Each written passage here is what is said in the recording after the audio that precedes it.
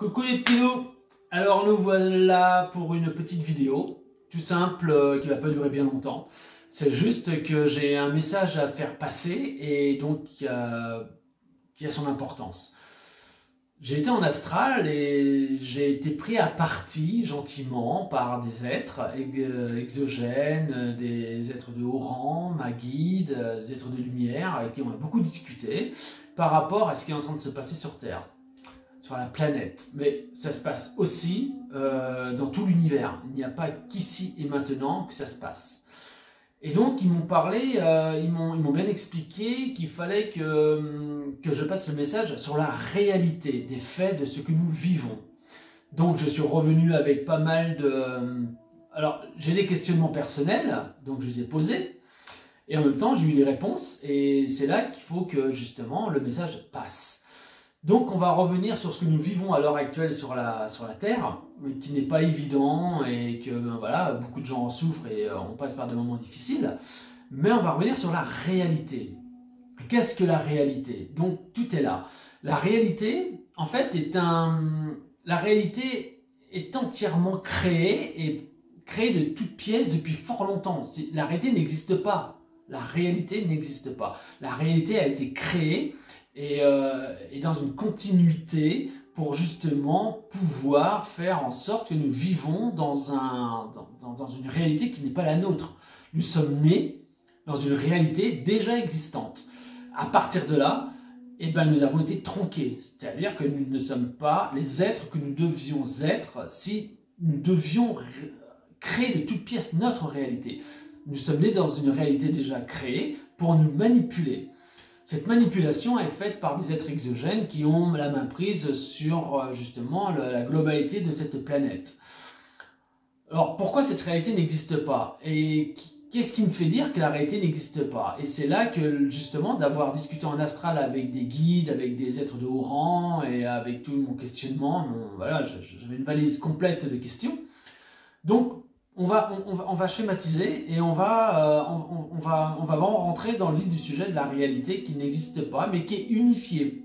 L'univers est unifié et chaque élément est bien à sa place où il doit être, ce qui forme un grand tout.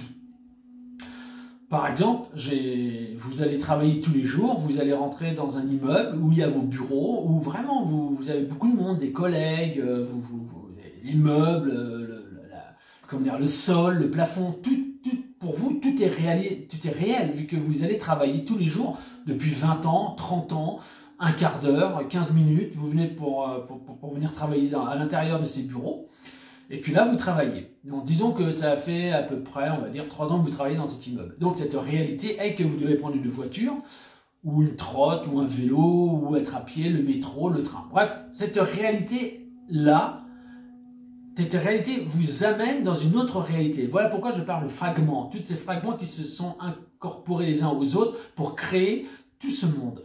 Ensuite, vous allez donc dans cet immeuble, vous dites bonjour à vos collègues, vous plaisantez, vous rigolez, et vous allez à votre bureau.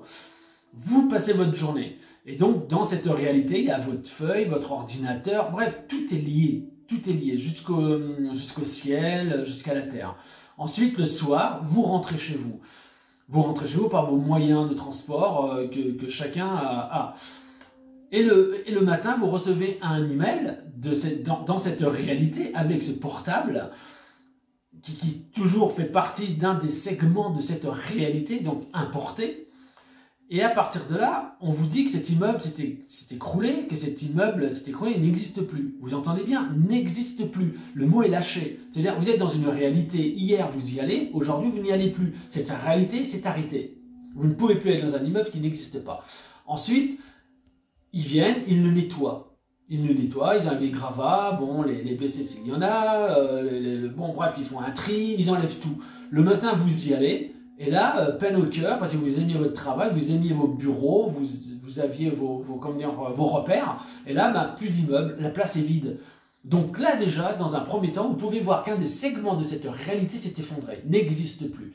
Donc c'est bien pour vous dire que nous ne vivons pas dans un hologramme. Un hologramme est une lumière où vous passez votre main à travers, et à ce moment-là, vous passez à travers. Donc c'est une projection. Donc là, ça, bon, je comprends bien, c'est hologramme, mais la réalité, on va dire, contrôlée, C'est une réalité qui est construite de façon pour nous faire croire que nous vivons dans un monde réel qui n'existe pas. Donc on va continuer à discuter de cela car c'est assez, on va dire, c'est une réalité qui pourrait exister sans que les êtres exogènes qui ont la main prise sur la planète auraient pu faire. Il y a plein de choses qu'on va pouvoir réaliser là-dessus. Donc cette réalité, elle est bien présente dans la vie de tous les jours de chacun. D'ailleurs, là, vous pouvez voir, bon voilà, des fragments de mon travail où je suis à l'heure actuelle en travaux. Cette réalité qui n'existe pas, vous pouvez à votre échelle quand même la changer. Vous pouvez distorsionner cette réalité qu'on vous a proposée et qu'on vous vend tous les jours avec tellement de produits, tellement d'éléments qu'on en perd en fait la notion de ce qui est réel et pas. Je ne parle pas du cinéma. Donc là, vous pouvez voir donc, mon plan de travail, c'est-à-dire que étant connecté et étant dans les énergies et faisant de l'astral, et étant dans la création, je suis artiste comme tout le monde le sait, je crée ma réalité et je crée des choses qui n'existent pas sur Terre. Moi-même, je crée une réalité, je crée ma réalité. Vous pouvez créer votre réalité. Il ne faut pas s'attendre et vivre avec l'existant, avec ce qui existe. C'est là qu'on parle de reprendre sa vie en main, revenir à la réalité des faits, de ce qui vous fait, vous, ce que vous êtes, l'être que vous êtes. Donc, à partir de là, et bien sûr, tout le monde peut commencer à voir la réalité sous un angle différent. Donc, dans cet angle différent, c'est-à-dire que quand vous êtes dans une pièce et que vous y travaillez longtemps, comme moi par exemple, je vais prendre mon exemple, comme ça au moins je vais prendre l'exemple de personne et puis je sais de quoi je parle, puisque je parle de moi. Quand je travaille, souvent je suis dans ma réalité, je suis dans mon univers, je suis dans ma bulle. Et là, croyez-moi, quand je suis dans ma bulle et qu'on me parle de quelque chose d'autre, par exemple, je sais pas quoi, que Elon Musk a fait voler une fusée, ou la girafe elle vole, ou d'un seul coup on voit des hippopotames volants, ou des méduses planantes, bref. Il faut que je m'extrais de cette réalité, il faut que je m'extrais de ma réalité, de ce que je suis en train de construire, le temps que je revienne sur ce plan. Car quand on crée, quand nous créons, nous partons sur un autre plan, un plan complètement différent du plan actuel, le plan qui est la matrice. Car là, je vais rentrer dans, et je vais lâcher le mot, nous sommes des Sims. Croyez-moi, le jeu vidéo Sims n'est pas né comme ça du hasard. Il n'y a pas de hasard sur Terre. Donc, nous sommes des Sims. En fait, il y a un plan. Le plan, c'est la création du logiciel. Le logiciel fait mouvoir les personnages.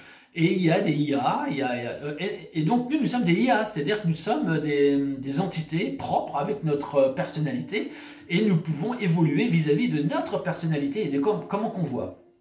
Maintenant, dans mon travail, quand je m'extrais de ce travail-là, je reviens dans cette réalité, et je me dis, mais, alors comme beaucoup, d'ailleurs je sais que ça va parler à beaucoup de gens, à l'heure actuelle on se dit, mais ce monde ne me convient pas, on ne vit pas dans un monde, d'ailleurs j'ai beaucoup de personnes qui me disent, mais je ne me sens pas à l'aise sur la Terre. Je ne trouve pas ma place, mais tout simplement parce que les choses sont en train de bouger, et bien avant notre naissance, et bien avant nos ancrages de vie terrestre. Il y a tellement de choses qui bougent lentement, à une certaine vitesse, qu'en fait, on ne va pas parler de l'état profond pour revenir sur ce sujet, mais les êtres exogènes qui ont très bien compris qu'ils pouvaient créer une réalité pour nous manipuler, eux sont dans leur réalité à eux. Même eux sont dans une réalité qui n'existe pas. Mais par contre, voilà, la réalité est vraie. La réalité est vraie quand vous créez la vôtre.